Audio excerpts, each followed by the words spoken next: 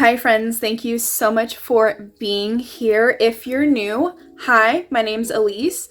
I asked you guys on the community tab how many of you wanted to see a beginner's makeup guide, and the vast majority of you guys wanted a beginner's makeup guide. So this is a application technique specific video. Let me know if you guys want a color matching one or anything else that I'm not covering, but specifically we're talking about how to apply your makeup.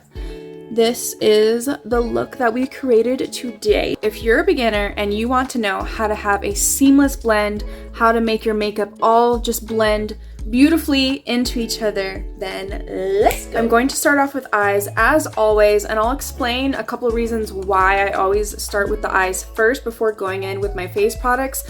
But before that, I am going to go ahead and apply my face primer. So if you do use a face primer, I highly recommend giving it a couple minutes to settle in and melt in with your skin before going in with foundation or concealer or anything. Get your primer on your hands and really work it in between your fingers to warm up the product, especially if you deal with separation, product just lifting off when you're trying to blend, anything weird textural wise, application wise in the process. I always find that warming up the products with my finger in the palm of my hand, using a finger, helps the application of that product so much. Also, I never put a primer for the face underneath my eyes. I really stop blending at around here, because the under eyes can be really finicky if you struggle with creasing, crepiness, dryness, anything weird and unpleasant going on under here.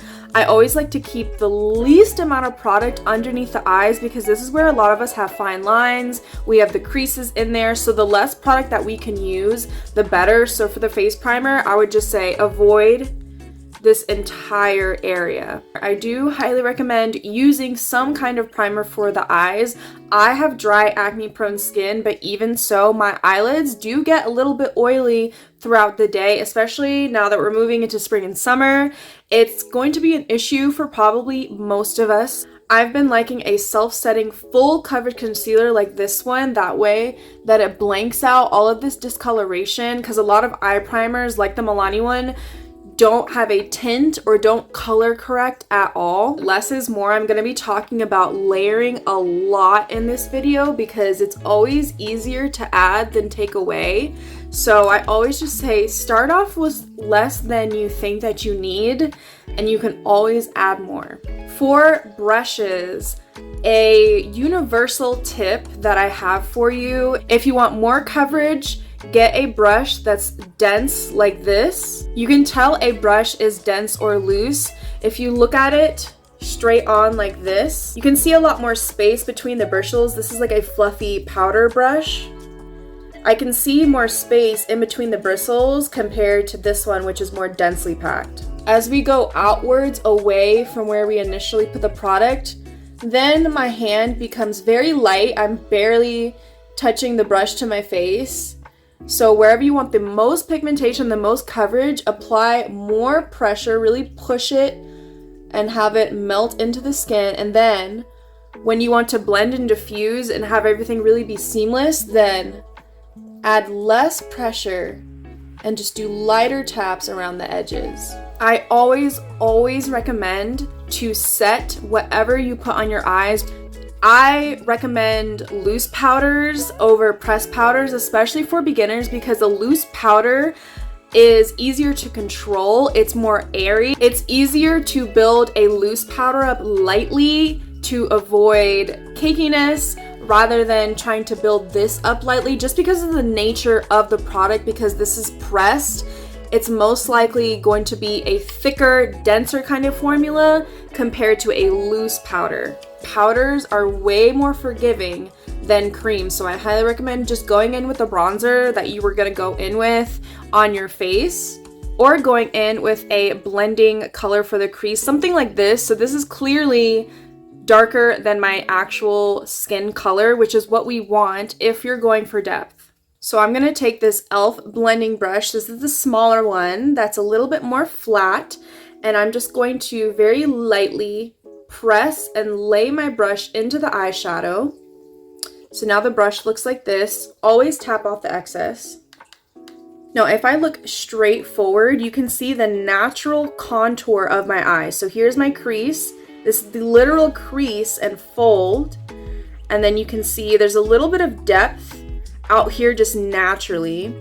Especially if you don't know where to place your eyeshadow, just look at the actual anatomy of your eye. So you can put color right in here into this crease if you want a more dramatic kind of depth, or if you want something more natural, I would say just work in the outer corner and leave the inside blank.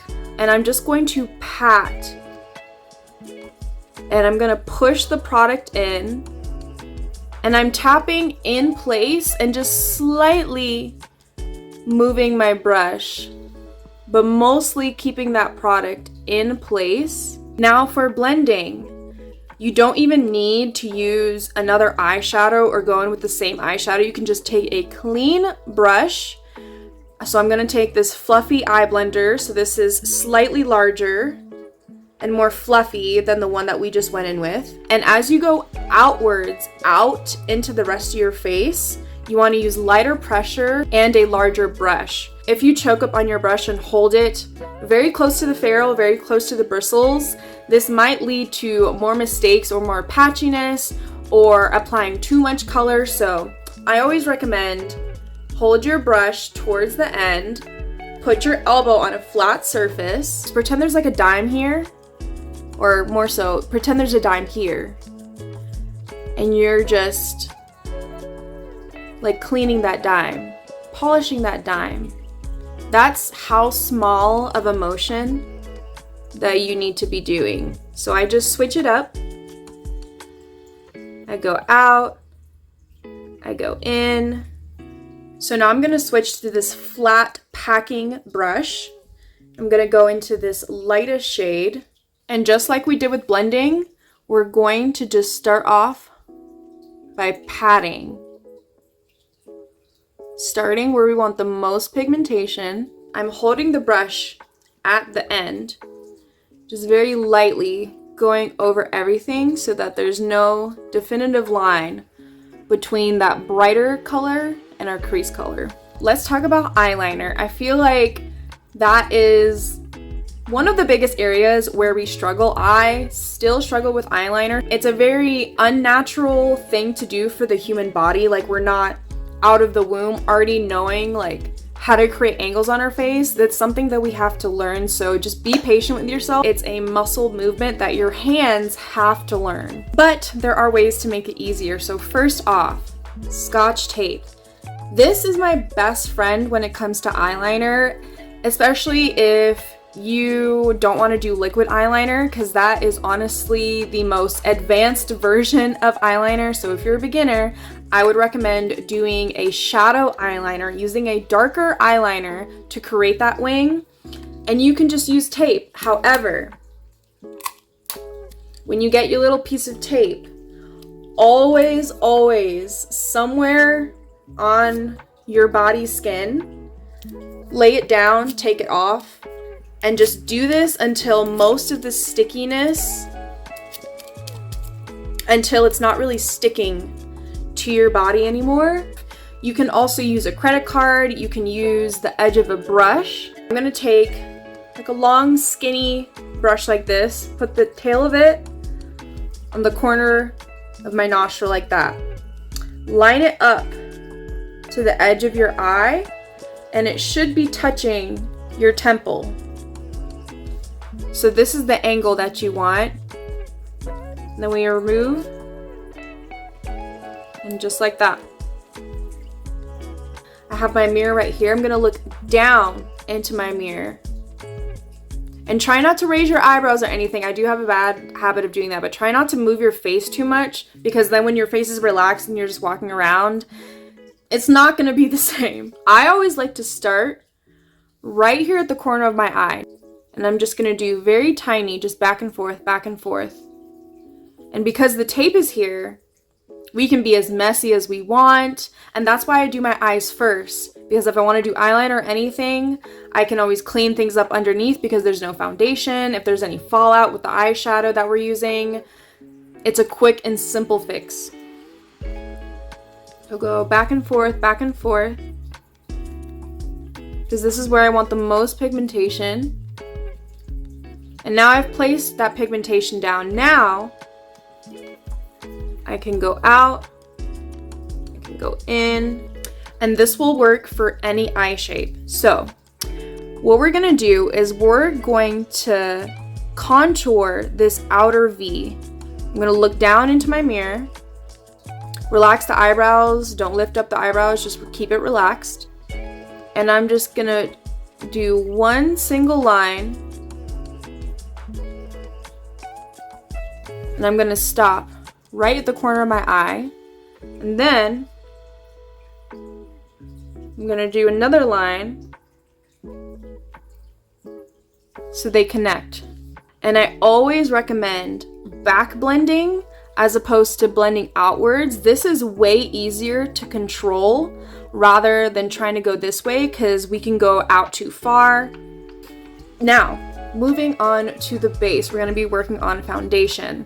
When it comes to spot concealing, I think it's best to do it before foundation, and I would use a soft matte kind of product as opposed to a glowy or very creamy, dewy concealer, because if we're trying to hide pimples, acne, that kind of thing, something matte isn't going to reflect light, so it's not going to attract attention. I'm gonna go ahead and just dab a little bit.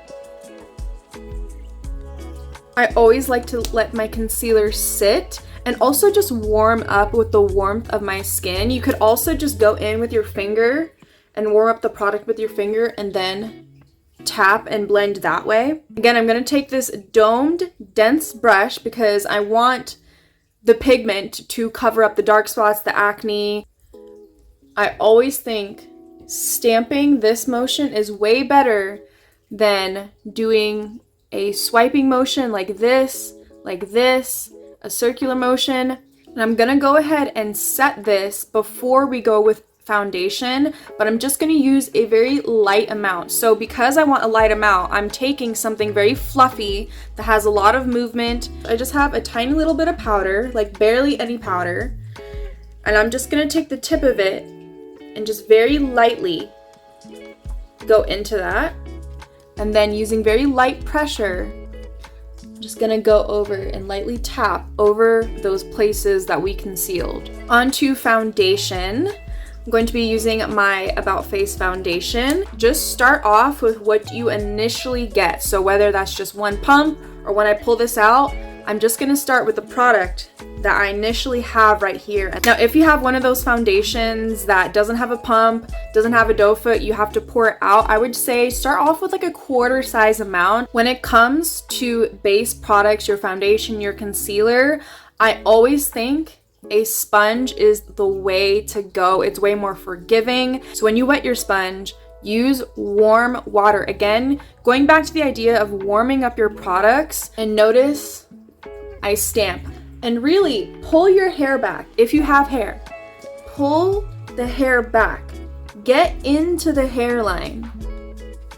Pull this side back. Really get into this area. I even go onto my ear, because no matter how perfect your foundation shade is, it's just gonna make it look so seamless that you're not gonna know where the foundation ends and begins, and that's what we want.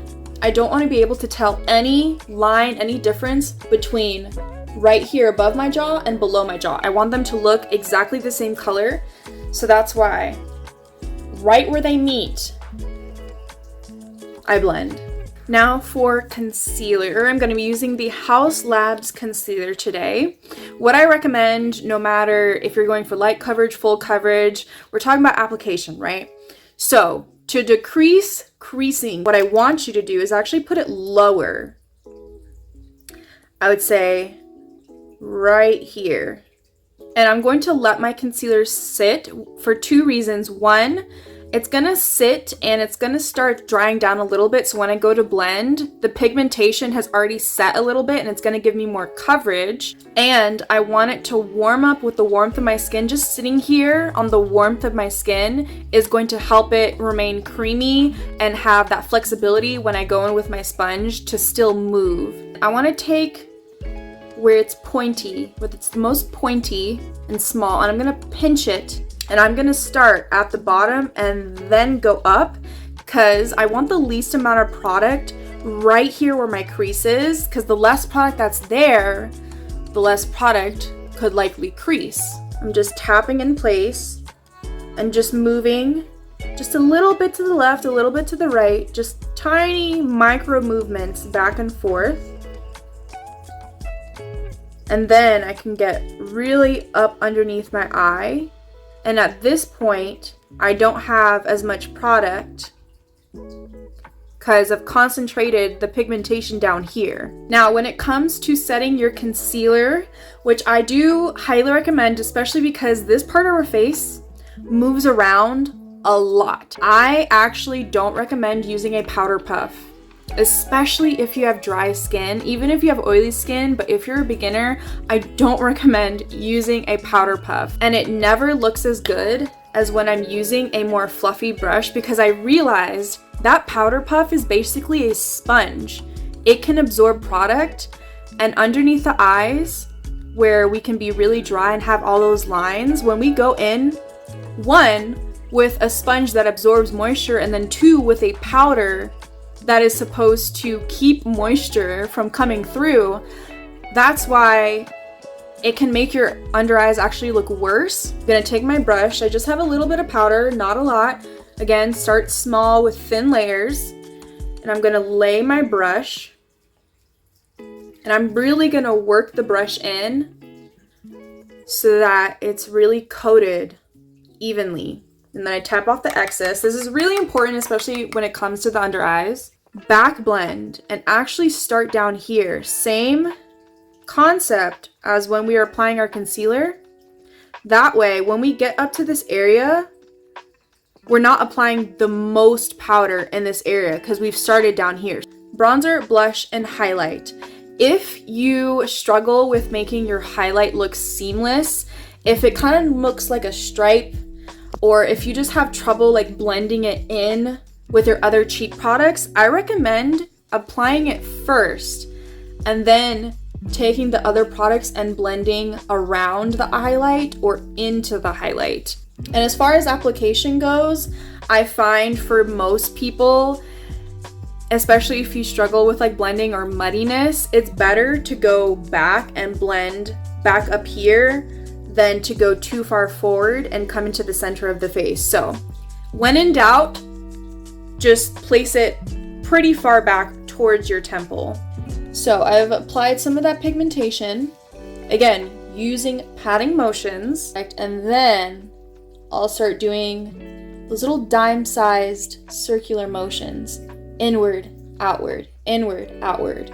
Next, I'm going to contour. Basically, for any face shape, for anyone, you want to go use your ear, and this is where you would want to place that contour right above the line of your ear. I'm just going to do one line, up and down, side to side motions around that, but mostly just stamping into place. And then, if anything, I would just say try to blend into your hairline and blend back instead of trying to worry about bringing things inward, because that's when we can get a little bit muddy. And then this is the part where if we really do want more color towards the center of our face, because we've placed the most pigmentation here, when we start to come outwards, there's going to be less product and it's going to be more seamless, more diffused, more natural. The difference this side versus this side, there are two good reasons why you would layer. First reason, longevity is the most obvious answer, but also if you struggle with when you go in with the next product with it just covering up what you just did, this is where The sandwiching method of the cream and the powder works well because, again, it's set down with that powder. It's not going anywhere. Now I'm going in with my blush. I am using a liquid blush. Now, even though I did set my bronzer down, so there is a powder here, and I am going over with a liquid. If it is a good formula and a good product, it really should not matter. If you're noticing patchiness, lifting up, then most likely it's actually the product, it's not you. With any kind of liquid cheek product, I do apply it in the palm of my hand, and I start off with a very small amount, and then I'm going to take my brush. The product is warming up already. It's in the palm of my hand. It's already warming up, so that's just going to help even more with the blending. And then I'm going to really move my brush around, move the bristles around so that it's completely coated evenly. If all else fails, if you just don't know where to put your blush, just put it further back. And again, because I put my highlight on first, my highlight looks like lived in. It looks so seamless because I'm blending all the other products like around the edges of the highlight. If you go a little crazy, if you overblend, if you feel like you have way too much product down here, just take a sponge, and the side of the sponge, wherever on the sponge where you applied your foundation or concealer, take that side. And then I like to start at the corner of my mouth as a good guide. The corner of my mouth towards my ear, this line, and I'll just go tapping along this line. I also do recommend putting a little bit bronzer on this top part of your face. Good places to put it. You can literally put a line from the corner of your eye up to your temple if you really want to like sculpt and snatch this part. You can put it right on the other side of the tail of your eyebrow, which is what I like to do. If you have hair, then pull it back. That way you can really get into the hairline so that there's no just definitive line between the skin of your face and no one will be able to clock you. I want to talk about contouring your nose. So wherever you want to emphasize, you want to contour right next to it or right underneath it. So because I want to make this look more pointed upwards, that's why I place the product right below the area. A lot of the premise of contouring is to emphasize certain parts of your face. It can also help to make your face look more even. So when it comes to contouring your nose, you really only need to go where your nose is the widest. Wherever that is, it's different for everybody. So for me, my nose is the widest right here. Don't need to do this whole thing on the side. I really don't need to do that. I just need to go right on the sides of that largest part. For some of you, it might be here. So if the widest part of your nose is here, then you just need to go boop, boop, just a tiny little bit of product. Tapping is a little bit more difficult on the nose because there's more curvatures and everything. So in this case, I will just blend downwards.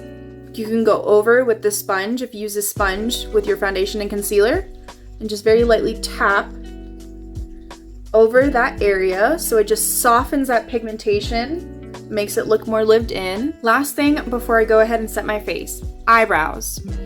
If you don't have a lot of eyebrows, if you have trouble like finding a shape, we're going to use the anatomy of our face to help us out. And we're going to use our nose to help out with the placement of our eyebrow.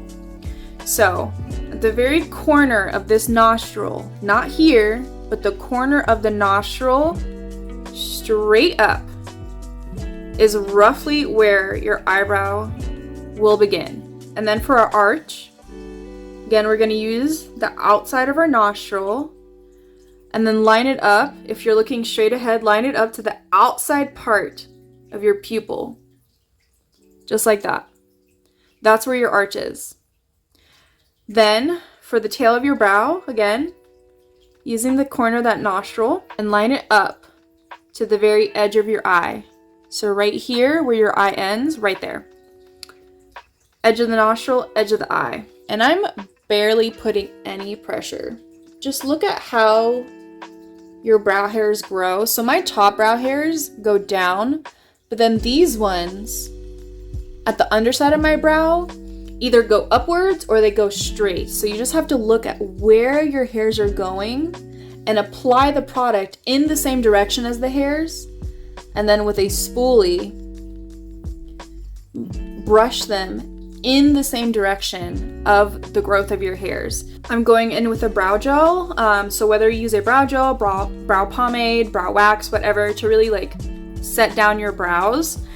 I've really got in there and worked in all the ways of the hair growth and like fully coated my brows. And it really just depends on what kind of look you're going for. So if you want a really bushy look, you're gonna wanna keep your brow hairs more lifted up like that. But if you want a more sleek look, something not as bushy, at the very top of the brow, just trace the top line. And once you get to the tail, go down. Now, this is where I apply setting spray. If you really want to get the most out of your setting spray, take a sponge, not a brush, but a sponge, because this works better with moisture. And you can just really press that setting spray into the skin. We can go in with mascara. And to avoid getting it on your lid, you want to be looking straight forward, but look down into a mirror and apply your mascara like that.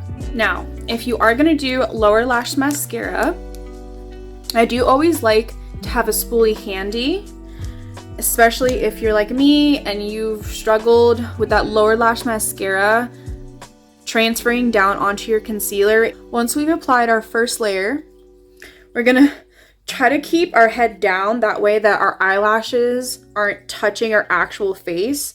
And then take your spoolie and go underneath and roll and get the underside of your bottom lashes. That way there's no excess product underneath that could potentially touch your concealer. I'm not going to do a lash tutorial, otherwise this video would be 100 years long, but go ahead and like this video or leave me a comment down below if you want a full in-depth lash tutorial. I do use a lash serum, so if you want to get your lashes longer, fuller, just more lashes, I will leave my lash serum linked down below. Lips. So if you have trouble figuring out what shape your lips are, especially if you want to go in with a lip liner, but you're like, I don't even know what to line. Take a creamy kind of lip product, not a gloss, but something like this is the Cherry Pick Lip Butter or a lipstick. And you want to just take some of that product, put it in the center of your bottom lip, and really go all the way. Really mesh your lips together.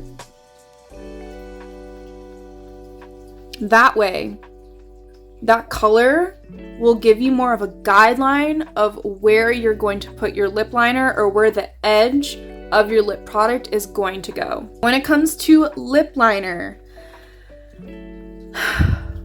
I have thoughts. Only do the center part. If you're gonna start overlining the sides of your lips right here and right here, that's when it's gonna start looking really fake, really plastic. If that's what you are going for, then just ignore what I just said. Don't listen to me. Do what you want. So if you really stretch them out and make a more flat, smooth canvas like this, it's easier to line. The biggest tip when it comes to lining your lips, so start at the center, do it like this, and I want you to move your head, not your hand. Especially if we're not experienced, if we're not confident, if we have a shaking hand, way easier to actually move your head against the stationary object. We just need to learn and get used to seeing our lip line lined and get used to seeing that shape, and just that repetition of doing the shape. Again, muscle memory is going to help when you're ready to take your elbow off and actually move your hand against your face as opposed to the other way around. You do want to go for a lip liner that is very matte. It's going to be more flat and it's going to be more seamless between your actual lip line and the line you drew above it. It's gonna look more cohesive. You could just use your sponge, any like flat side of your sponge, and you can just go, use the sharp edge of that to go around the edges to help you clean up if you went a little bit too far. If you are going for a more matte, long-wearing lip color and you're struggling with like that product kind of like bunching up and balling up, or like emphasizing like the lines of your lips, or if you just want more longevity out of a matte lip product, basically what you're doing is you're adding thin layers starting on the outside, working it inwards with your finger. And your finger is key because it warms up that product. It helps it smooth out and thin out and just get the pigmentation that you want. And if you want more pigmentation, just go in, do the exact same thing. Outer corner to start, and then feather it into the center of your lip. Take your finger, rub it around, blend it out, and then take your loose setting powder on my finger like this, get some product, and just like you would with a powder puff, really work it into the finger and chop off the excess, and then just go over the entirety of your lip and just work in small thin layers, adding as much powder until you get the desired level of matteness. Those are all of the beginner makeup tips I have for you guys. If I missed anything, if there was anything that I didn't cover that you're curious about, feel free to comment down below. I always leave my Instagram and my Twitter down below, so feel free to DM me. I answer to all of my comments, so don't be shy. Feel free to ask me about anything, clarification, any other questions that you have. I got you. I'm here for you guys. Whatever you need, just let me know. If you want more tutorials, get ready with me's, and other makeup things, then like, comment, subscribe. I am sending you guys so much love and light, and I will see you in the next one.